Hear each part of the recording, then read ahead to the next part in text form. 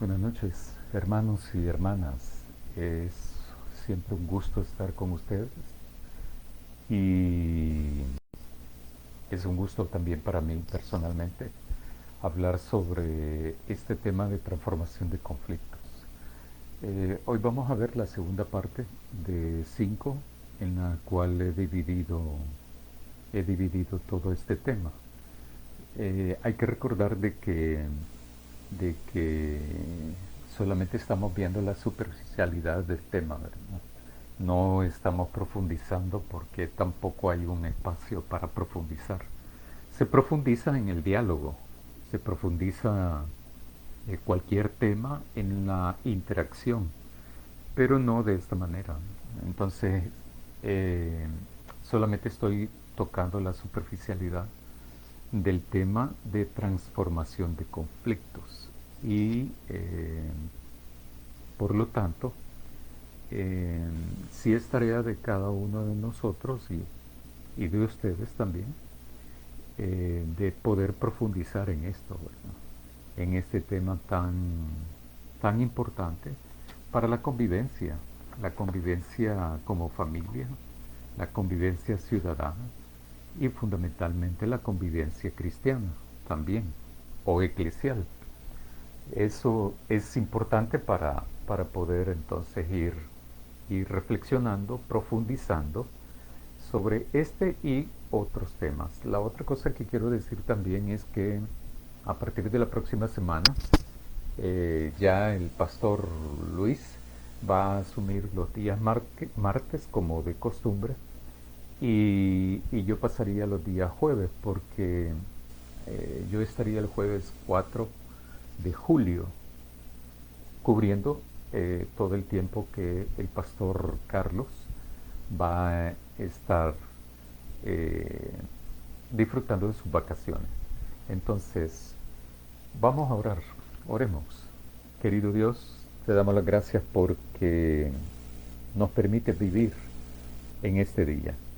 Nos has permitido estar con bien, nos has permitido ir mejorando de salud a todos y todas, nos has permitido resolver tal vez algún conflicto, algún problema que hemos tenido.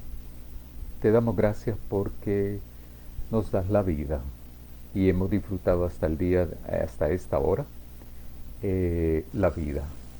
Queremos suplicarte tu bendición para que a través de tu Santo Espíritu podamos reflexionar y sobre todo profundizar después en este tema de transformación de conflictos y aplicarlo en cada una de las áreas en las cuales nosotros y nosotras nos desenvolvemos. Gracias, quédate con nosotros. Amén. Bien, la semana pasada que iniciaba el tema de transformación de conflictos estaba mencionando algunas cosas, como por ejemplo que todo conflicto es cotidiano. Tenemos una diversidad de conflictos, diferentes tipos de conflicto, pero también niveles de conflicto, o sea, de profundidad de un conflicto. Y por lo tanto, todas las personas tenemos conflictos, toditas. No existe un ser humano en este planeta, en el momento actual, que no haya afrontado ni afronta en la actualidad y que no vaya a afrontar conflictos. Por eso es que los conflictos hay que verlos como lo que son. Es parte del diario vivir. Los conflictos también en El Salvador nos cuesta, no solo aquí, pero voy a hablar porque aquí vivimos, pero nos cuesta definir qué es un conflicto y lo relacionamos con otro tipo de términos o palabras. Muchas de ellas, la gran mayoría de ellas son palabras populares, ¿verdad? Entonces, en vez de decir casi conflicto, casi no lo decimos, porque hay varias razones, pero entre las más importantes puedo decir que las personas quieren asumir de que conflicto es algo tan complejo, tan difícil y tan peligroso, tan indeseable, etcétera, etcétera, etcétera. Y por lo tanto, no lo asumimos. No lo decimos, no lo expresamos y mucho menos lo asumimos. Los conflictos en El Salvador eh, le podemos poner otros nombres, como por ejemplo chisme. Cuando decimos me andan en un chisme, eh, me andan en una calumnia, me calumniaron, tengo un problema, tengo un pleito, ando metido en un pleito, ando metido en un problema, ando metido en un rollo. Esos son como los términos que popularmente se expresan, de que las personas expresan que eso es como un conflicto. Los conflictos se dan en todas partes, en los lugares, principalmente en el hogar. Los integrantes de una familia tienen conflictos. Lo único que hay diferencias. Por ejemplo, hay familias que tienen conflictos constantemente. Eh, y hay familias que tienen eventualmente conflictos, o sea, esporádicamente.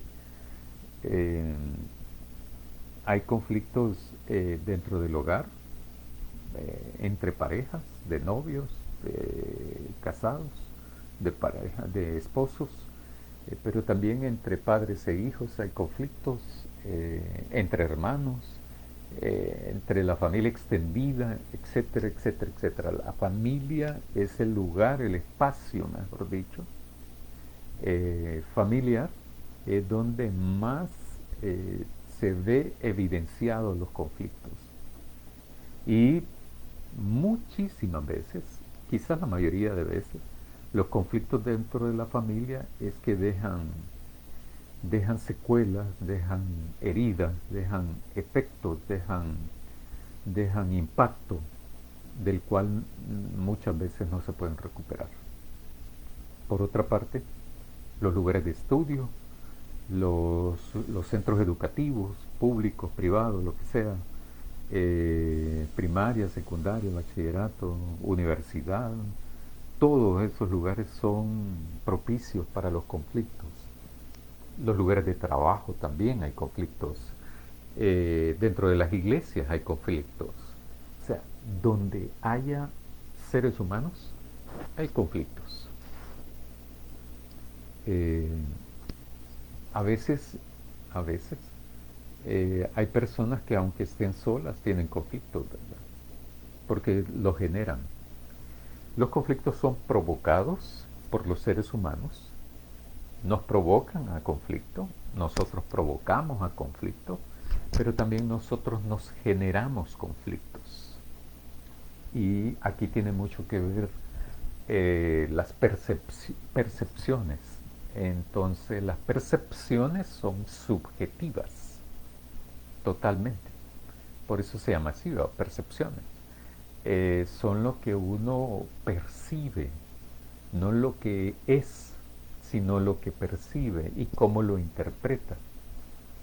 A veces, muchas veces, interpretamos gestos, expresiones verbales, expresiones corporales, las interpretamos de una manera determinada que nos conflictúan, ¿verdad? Por eso hago la diferencia entre provocar conflictos y también en generar conflictos.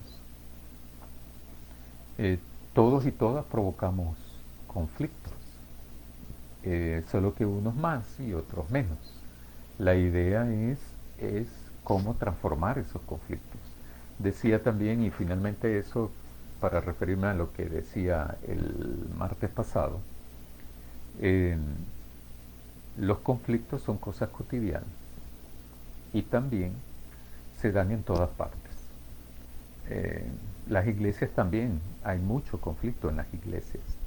Hay iglesias donde hay más conflictos y hay otras que no hay conflictos. Decía también de que en el siglo pasado se hablaba de conflictos, pero como resolución de conflictos, porque se creía que los conflictos, un conflicto determinado entre dos personas o grupos de personas, se resolvía. Realmente no se resuelven los conflictos, se transforman los conflictos. Eh, Esa frase de perdón y olvido esconde una, esconde, profundamente esconde una falacia, ¿verdad? Algo que no es cierto. El perdonar no significa olvidar. Eh, el decirle a alguien, mira, discúlpame por la ofensa que te hice, la ofensa que te dije, perdóname, no lo vuelvo a hacer, ¿verdad? Ah, vaya, chivo, sí, cómo no, ¿verdad? Sí, va. Eso no. Se puede decir eso, pero cuando quedan heridas emocionales, entonces eso no basta. Para transformar los conflictos, a la base de eso también está la verdad y la justicia. Si no hay verdad y no hay justicia, no hay transformación de conflictos. No existe eso. Eso de perdón y olvido, aquí no ha pasado nada, todo tranquilo, ¿verdad? No es cierto. Eso sinceramente no es cierto. Eso se puede evidenciar también en cualquier área, en cualquier aspecto, en cualquier ámbito, como por ejemplo en la familia, es donde más profundas heridas hay. En los lugares de trabajo, de estudio, donde sea, la iglesia, no es cierto que con solo pedir disculpas basta. Hay que eh, hacer presente la verdad y también la justicia, porque si no, no hay transformación de conflicto. Todo conflicto tiene su base, dos aspectos, el poder y también la autoestima. Esos dos aspectos están presentes en cualquier conflicto, sea este conflictos personales entre dos personas, grupales, institucionales, están a la base de eso. Y otra vez, ¿verdad? Otra vez insisto en eso, en la familia están presentes esos dos factores porque donde hay conflictos familiares están presentes esos dos aspectos, el poder y la autoestima. En todo conflicto, sea entre dos personas o grupos de personas, intervienen de manera mezclada el poder y la autoestima. Se mezclan eso. Bueno, no. Mejor dicho, nosotros las personas lo mezclamos y lo complejizamos al mezclar esos dos aspectos. En lugar de separarlos, los unimos cuando estamos metidos en un conflicto. Los conflictos entre parejas, entre novios, entre esposos, los conflictos entre los integrantes de una familia, hijos, hijas, padres, abuelos, abuelas, tíos, primos, está presente el poder y la autoestima. En los conflictos entre los integrantes de una iglesia está presente eso, tanto el poder como la autoestima. Los conflictos en los lugares de estudio y trabajo. Eh, yo recuerdo que tuve un compañero en bachillerato que cuando antes por cada trimestre nos entregaban una libreta de notas. Yo ahora no sé. Nunca, no he preguntado últimamente, en los últimos 24 años nunca he preguntado. Pero antes nos entregaban cada trimestre, ¿verdad? La libreta de notas. En algunos centros escolares la entregaban cada mes.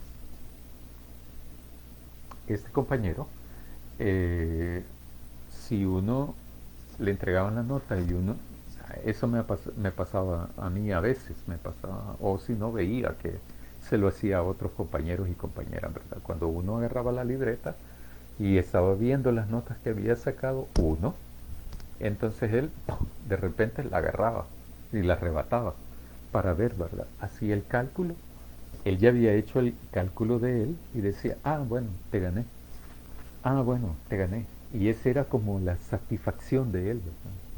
La satisfacción de él. Ahora, este año tuve la oportunidad de verlo, pero por cuestiones de salud no lo pude ver a principios de este año, porque vive en Estados Unidos. Pero eso tenía él, ¿verdad? Entonces, en los centros escolares siempre está el poder y la autoestima. siempre. Están presentes esos dos aspectos en cualquier tipo de conflictos y en cualquier nivel de conflictos en el que estemos. Quiero invitarles a buscar el libro El Evangelio según Mateo, el capítulo 20, los versículos del 25 al 28. Voy a leerlo, aunque me voy a referir un poco antes del capítulo, del texto que nos ocupa ahora. En este sentido, dice el Evangelio. Entonces Jesús los llamó y les dijo: ¿saben que los gobernantes de los gentiles se enseñorean de ellos, y los que son grandes ejercen autoridad sobre ellos? Entre ustedes no será así. Más bien, cualquiera que anhele ser grande entre ustedes será un servidor de ustedes. Será un servidor.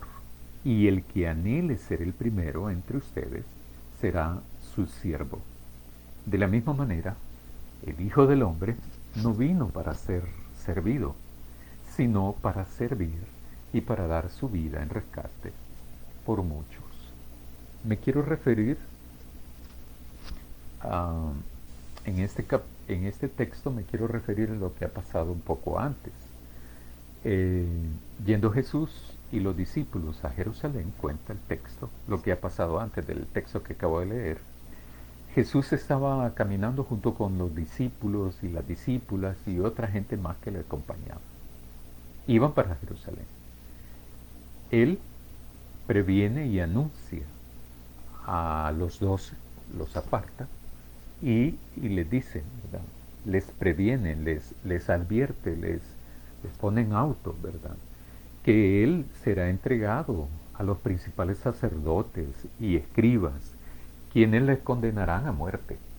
Él les está contando eso. Él les está, tradicionalmente decimos anunciando, ¿verdad? Pero lo que pasa es que junta a la gente que ha estado más cercana a Él, ¿verdad?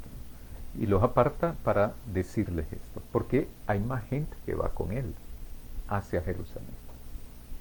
Entonces, Él les dice a ellos que va a ser entregado a los sacerdotes y escribas, quienes le van a condenar a muerte. Jesús les advierte de que Él va a padecer, va a sufrir, padecer, aunque les dice que resucitará al tercer día. Eso es lo que les está diciendo Jesús a ellos. No es primera vez que les advierte eso, pero como el tiempo se está acercando, entonces Él siente compromiso también, responsabilidad para poder ir hablando de ese tipo de cosas con su círculo más cercano. En el texto que nos ocupa hoy también aparece que la mamá de los hijos de Zebedeo, junto con sus hijos, se postran ante Jesús para pedirle a Jesús que cuando Él esté en su reino, o sea, cuando Jesús esté en su reino, ellos puedan estar uno a la derecha y el otro a la izquierda. Esa es la petición de la mamá, pero junto con los hijos. Llega. Aquí Mateo no dice los nombres, pero sí en Marcos aparecen los nombres, ¿verdad? Hay dos cosas que quiero mencionar con respecto a esto. Que la madre de los hijos de Zebedeo, o sea, Jacobo y Juan, se postran ante Jesús. Se postran ante Jesús para hacerle una solicitud de que Él les dé una posición determinada, el colocar, porque supuestamente Jesús va a ser el rey de Israel, ¿verdad? La expectativa es esa, la que está a la base. La expectativa es de que Jesús va a Jerusalén seguramente a empoderarse, ¿verdad? A entronarse, a sentarse en el trono, a hacer control del reino de Israel. O sea, quizá la expectativa es esa, no solo de la mamá de Jacobo y Juan, sino que también de ellos dos, y posiblemente de todos los discípulos, posiblemente. Entonces, colocar, si el rey se sienta, quiénes son los que van a estar a la derecha y a la izquierda, son posiciones de confianza, son posiciones de poder. No cualquiera se acercaba a Dios, a los reyes en esa época. No cualquiera se acercaba, ni siquiera estaba en el mismo salón, no cualquiera. Pero ya estar a la derecha y a la izquierda del rey, de un reinado cualquiera, eso significaba una posición de poder. Entonces, lo que está en la petición de sentarse a la derecha y el otro a la izquierda es una petición de poder. No es una petición de servidores, sino de poder. Esto refleja que no entendían a Jesús. En ese momento no habían entendido las enseñanzas de Jesús, pero tampoco habían entendido las demostraciones, los actos de Jesús. Porque Jesús no solo enseñó, sino que también demostró lo que enseñaba. Era una cuestión de Jesús que tenía una cuestión discursiva, de enseñanza, pero también de una práctica. O sea, eso era ser consecuente. Ese término generalmente lo usábamos en los años 80 del siglo pasado, pero era una integridad de Jesús. Jesús no, por ejemplo, enseñaba una cosa y hacía otra, ¿verdad? No, Jesús no era así. Jesús enseñaba y practicaba lo que enseñaba. O sea, él vivía lo que enseñaba, demostraba lo que enseñaba. De hecho, enseñaba con su práctica, ¿no? También, no solo enseñaba con palabras, sino con su vida misma, enseñaba. Y eso es algo que lo tenemos que tomar muy en cuenta también.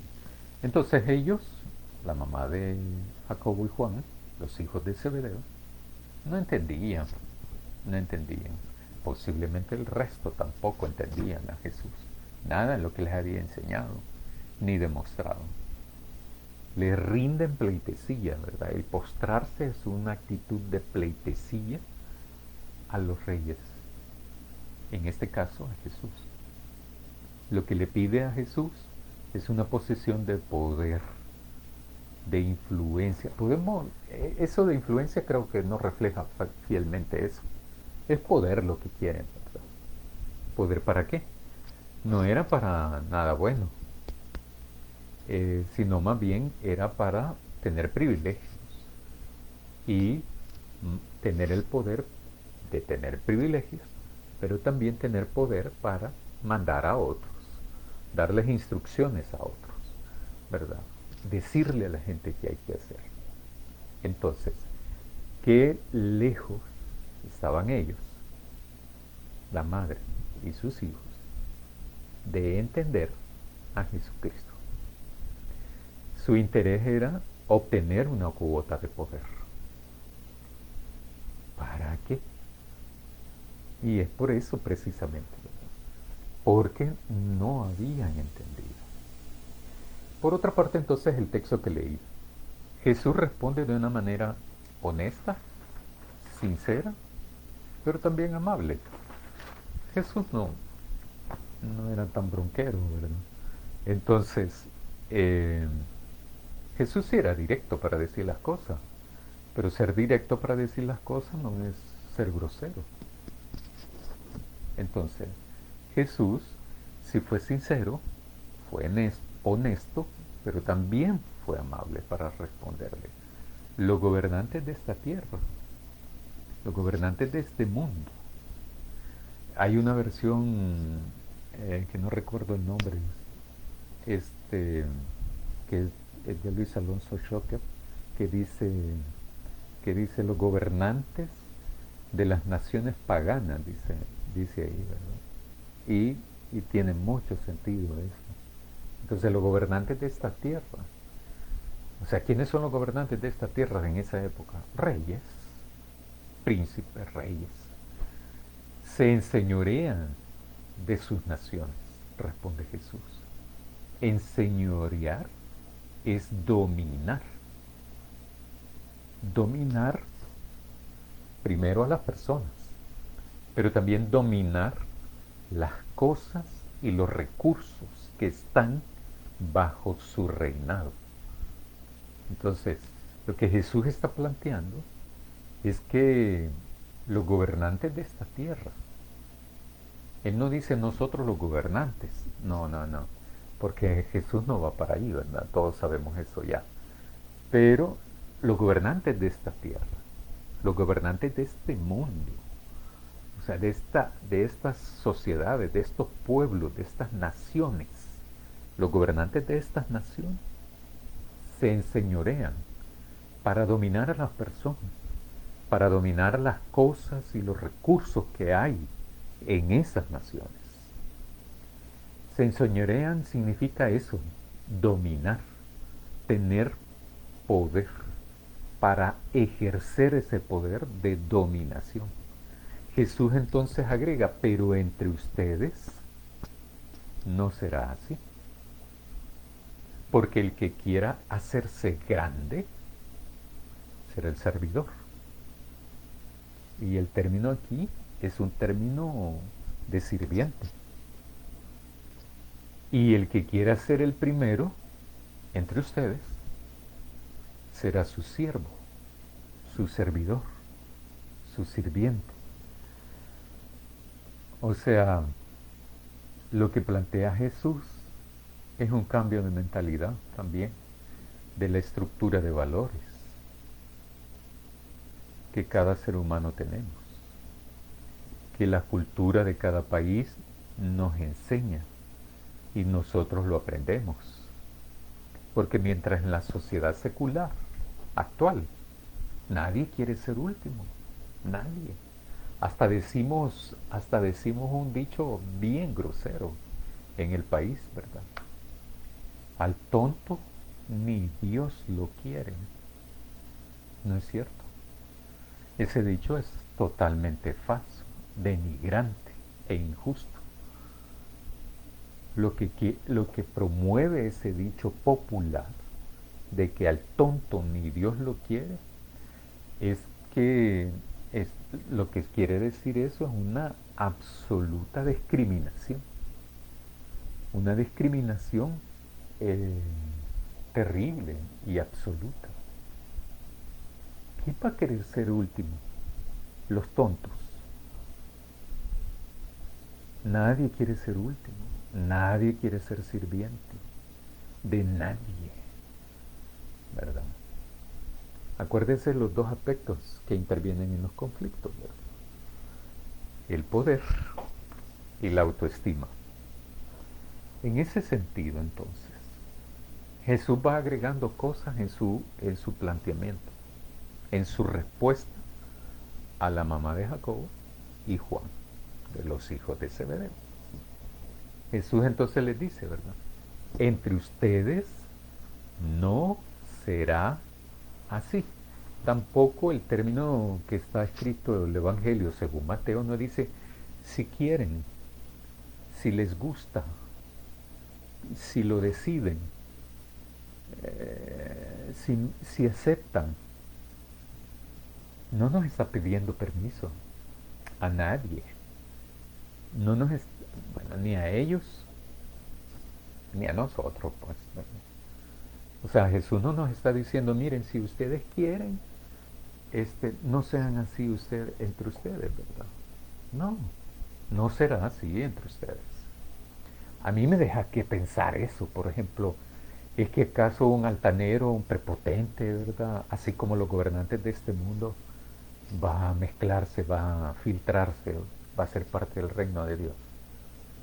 Me pongo a pensar en eso, ¿verdad? Cuando leo esto que dice, Jesús entonces dice, el que quiera hacerse grande, fuerte, poderoso, prepotente, porque el poder ahí está mezclado con prepotencia, ¿verdad?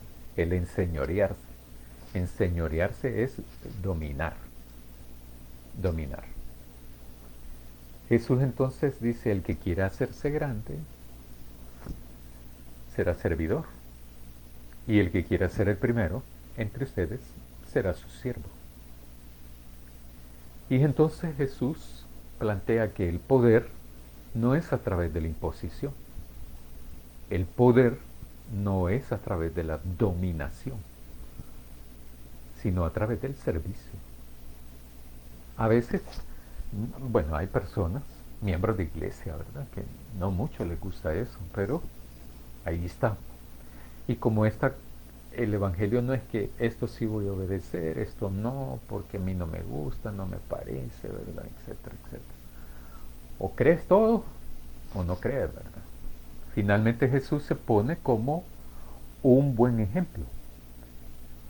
Al final del texto que hemos leído, en el versículo 28, de la misma manera, dice el texto, de la misma manera, el Hijo del Hombre no vino para ser servido, sino para servir y para dar su vida en rescate por muchos. A veces me pregunto, celebramos que Jesús se haya sacrificado. Celebramos eso. Mucha gente celebra eso. Yo no mucho, pero mucha gente lo celebra.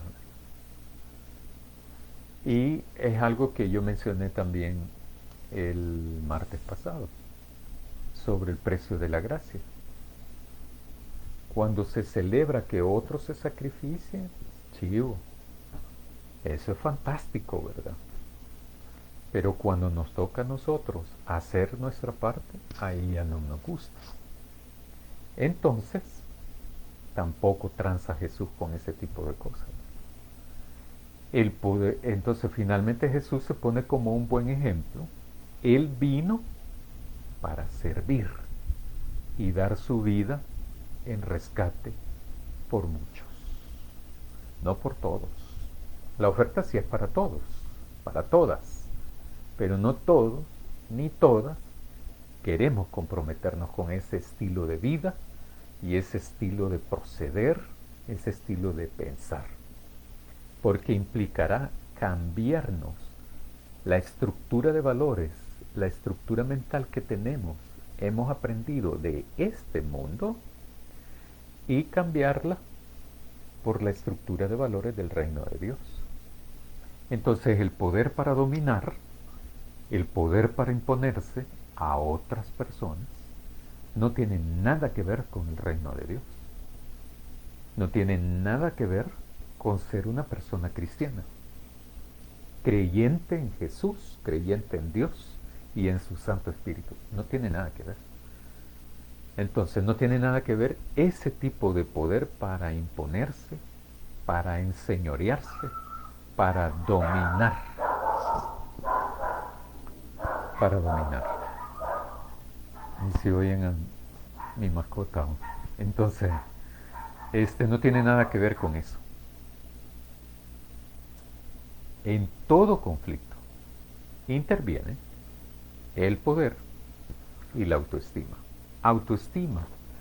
Esto de la autoestima me voy a través de hablar un poco del concepto, pero los profesionales en la materia son los psicólogos y psicólogas. Yo solo he identificado tres: Ana María, el hermano Aníbal y el hermano Douglas, pero no sé si hay más, ¿verdad? Hermanos y hermanas que son psicólogos y psicólogas allí en nuestra iglesia. La autoestima es el concepto o la valoración que nosotros tenemos de nosotros mismos. Aquí está qué pensamos de nosotros. Cuando estamos solos, cuando estamos haciendo nuestra propia reflexión sobre quiénes somos nosotros. O sea, cada quien, ¿verdad? Se hace esa pregunta: ¿quién soy yo? ¿Me quiero? ¿Qué pienso de mí mismo? Las mujeres, ¿qué piensan de mí misma? ¿Realmente soy esta persona? ¿Qué características tengo? ¿Qué limitantes tengo? Etcétera, etcétera, etcétera. ¿Quiénes pensamos que somos? Lo importante es tener un concepto o valoración justa de nosotros y de nosotras. No he dicho buena, no he dicho mala, porque esos son juicios de valor que no tienen que ver con esto. El autoestima es eso, ¿verdad? La autoestima es el concepto la valoración que yo tengo de mí mismo, las hermanas que ellas tienen de sí mismas. Lo importante es tener un concepto o una valoración justa de nosotros y nosotras. No, no un concepto bueno, no una valoración mala, sino adecuada, justa, adecuada. Los profesionales, como digo, ¿verdad? Son los psicólogos y las psicólogas. Ellos sí explican maravillosamente esto. Nos ayudan. Las personas que tienen problemas de autoestima tienen que ir a acudir a un psicólogo o a una psicóloga para que les colabore en el proceso, ¿verdad? En el proceso de transformar los conceptos de sí mismo y de sí misma, los autoconceptos también. En todo conflicto interviene el poder y la autoestima. Les voy a presentar un ejemplo. Todavía no hemos entrado al análisis de los conflictos, sin embargo, con este ejemplo vamos a empezar con eso. En una iglesia donde yo estuve, estábamos en la reunión, los diáconos se reunían, los diáconos o el diaconado, todos eran hombres en esa iglesia, no como en nuestra iglesia. Eh, los diáconos se reunían cada 15 días. La reunión comenzaba a las 5 y podía terminar a las 9 de la noche. En esa época, eh, en esa época, se podía salir a las 9 de la noche. Entonces, esa iglesia tenía algunas misiones, 3 misiones, o lo que se llamaba antes campos misioneros. La iglesia esta central apoyaba a estas misiones con diferentes aspectos. En una, apoyaba con el salario del pastor de esa iglesia, del campo misionero. En otras, bueno, en las 3, en la construcción del templo. En unas le pagaba agua, luz eléctrica, etcétera, etcétera. Se daba ese tipo de apoyo. Y se visitaba periódicamente, ¿verdad? Cada 3 meses, cada 2 meses. El cuerpo de diáconos, el diaconado, visitaba estas misiones. Estaban en diferentes municipios. Entonces, uno de los diáconos que estaba encargado de una de las misiones para apoyar, ¿verdad? Entonces llevó a la reunión del diaconado este ejemplo que voy a poner, este caso. Había, en esa congregación más o menos habían unas 50 personas, que se congregaban 50 personas en esa misión. Había un pastor y el problema era de que, dijo el hermano diácono, ¿verdad? Es que ha surgido una división dentro de la congregación, de la misión tal, que el pastor quiere que el reloj que está dentro del templo esté siempre arriba de la puerta de entrada del templo, así como está dentro de la primera iglesia bautista de San Salvador. Y uno de los diáconos quería de que no, que estuviera en la pared que está atrás del púlpito. O sea, para ubicarnos allí donde está la cruz y la palomita, ¿verdad? Que allí se pusiera el reloj. Entonces yo recuerdo que estaba como escribiendo, como anotando algo, ¿verdad? En la reunión cuando el diácono presentó el caso. Y me pensé que me había perdido en el relato. Y le digo yo, mire hermano, ¿cuál es el problema? Que el pastor quiere que el reloj esté allá y el diácono quiere que esté en aquella pared. ¿Y eso por qué?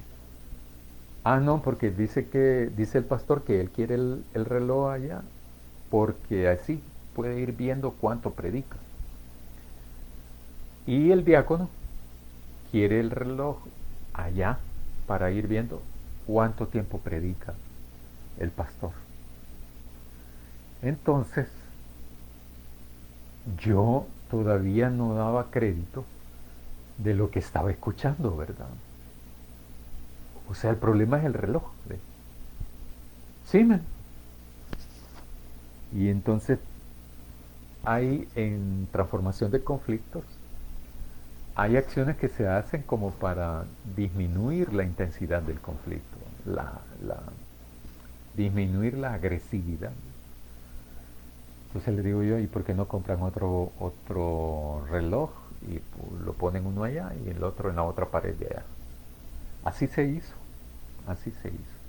La cosa es que nos pusimos a sonreír ahí, ¿verdad? Claro. Después fuimos a visitar a la congregación. Este, en ese sentido, descubrimos que el reloj no era el problema. La ubicación del reloj tampoco era el problema, sino que el problema era otro. Pero eso se hace en la medida cuando uno entra, ¿verdad?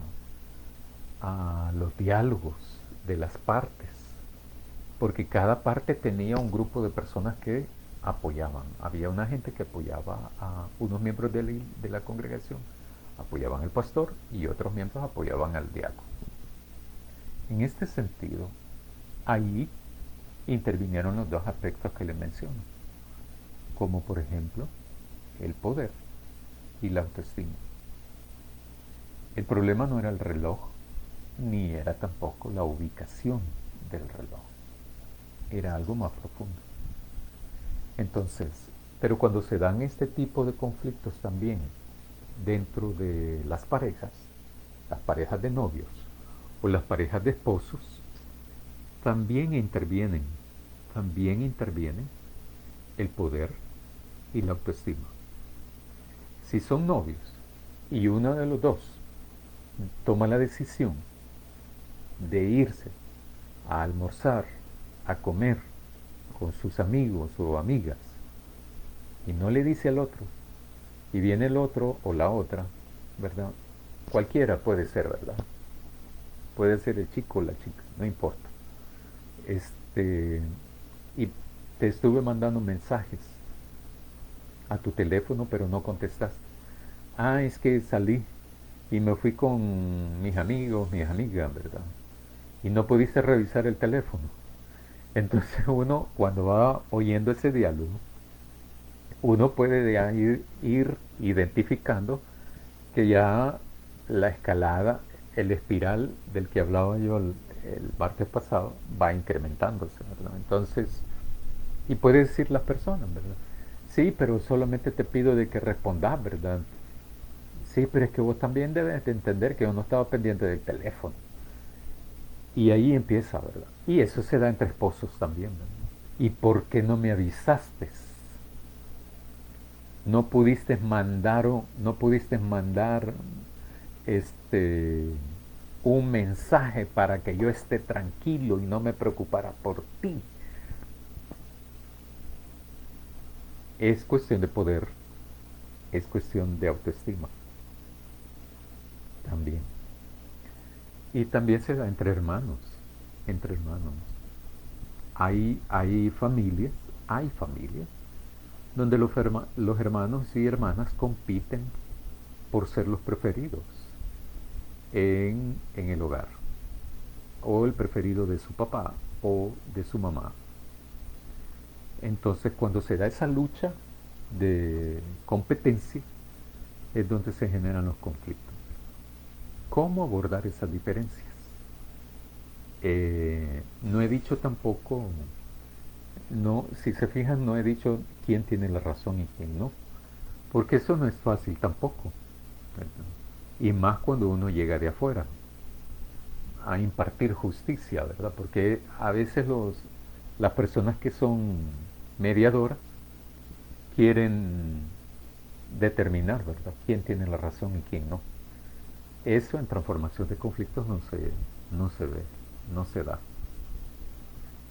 La gente debe de entender, las personas debemos de entender que tenemos poder y tenemos autoestima, todos y todas. Todos y todas tenemos poder y tenemos autoestima. ¿Cómo utilizamos esa cuota de poder? ¿Cómo está nuestra autoestima? Esa es la pieza clave también para saber si un comentario, si una palabra, un gesto, una actitud puede fortalecer mi autoestima o puede tronchar mi autoestima, romper mi autoestima. Y si rompe mi autoestima, eh, eso va a generar conflictos también. Si me tocan, si una palabra, un gesto, una actitud quiere dañar mi poder, ahí sí se va a armar el conflicto. Y son también los conceptos que tenemos. Yo creo que es importante leer la palabra de Dios. A Jesús hay que leerlo y reflexionar en eso para que podamos cambiar los conceptos que tenemos y los valores que tenemos, las percepciones que tenemos y ir empapándonos, ir transformando nuestra estructura de valor por la estructura de valores del reino de Dios. Porque eso es fundamental para la transformación de conflictos. ¿Por qué? Porque somos creyentes. Por eso se nos exige. No es que se nos solicita. Es de urgente exigencia. Es de urgente cumplimiento. Los valores del reino de Dios. No es cuando me dan las ganas, ¿verdad? O ahora sí, mañana no, pasado. No, no. O sea, porque ser creyente es parte de la vida, es la vida misma.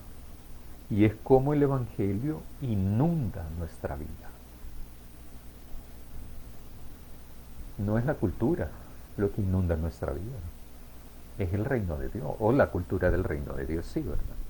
En este sentido, hermanos y hermanas, es que debemos de reflexionar mucho en eso. Cuando me molesta que alguien haga algo, tenemos que preguntarnos, ¿por qué me molesta? ¿Me siento agredido en mi autoestima? ¿Me siento debilitado en mi poder? Preguntémonos eso antes de reaccionar, Porque pudiese ser que las percepciones nos jueguen, nos engañen, pero también lo que nos engaña son los valores que tenemos, las percepciones que tenemos, la estructura de pensamiento que tenemos, la estructura mental que tenemos. Si tenemos una estructura mental abonada con los valores del reino, seguro que no tendríamos problemas con el poder,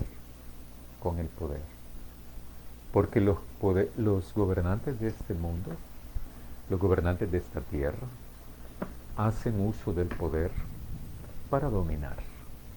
Nosotros, como seguimos a Jesús, su ejemplo, sus enseñanzas, no necesitamos poder para dominar a nadie, sino que lo que necesitamos es servir, facilitar, para que otros lleguen a conocer a Jesús de Nazaret como su Señor, pero también como su Salvador. Oremos, hermanos. Querido Dios, te agradecemos por los ejemplos que tú nos das como Señor de este mundo, como Señor de nuestra vida, como un genuino Señor, un Señor de servicio, de sacrificio, para rescatarnos, no solo de la muerte permanente, eterna, sino que también del pecado, para transformar nuestras vidas. Ayúdanos a comprenderte, a servirte, pero también ayúdanos a comprendernos a nosotros mismos. Ayúdanos a comprender al prójimo, a los hermanos, a las hermanas, a los integrantes de mi familia, a los compañeros y compañeras de trabajo, y poderles servir para que lleguen a conocerte como su Señor y su Salvador. Te lo agradecemos, te lo suplicamos, en el nombre de Jesús. Amén.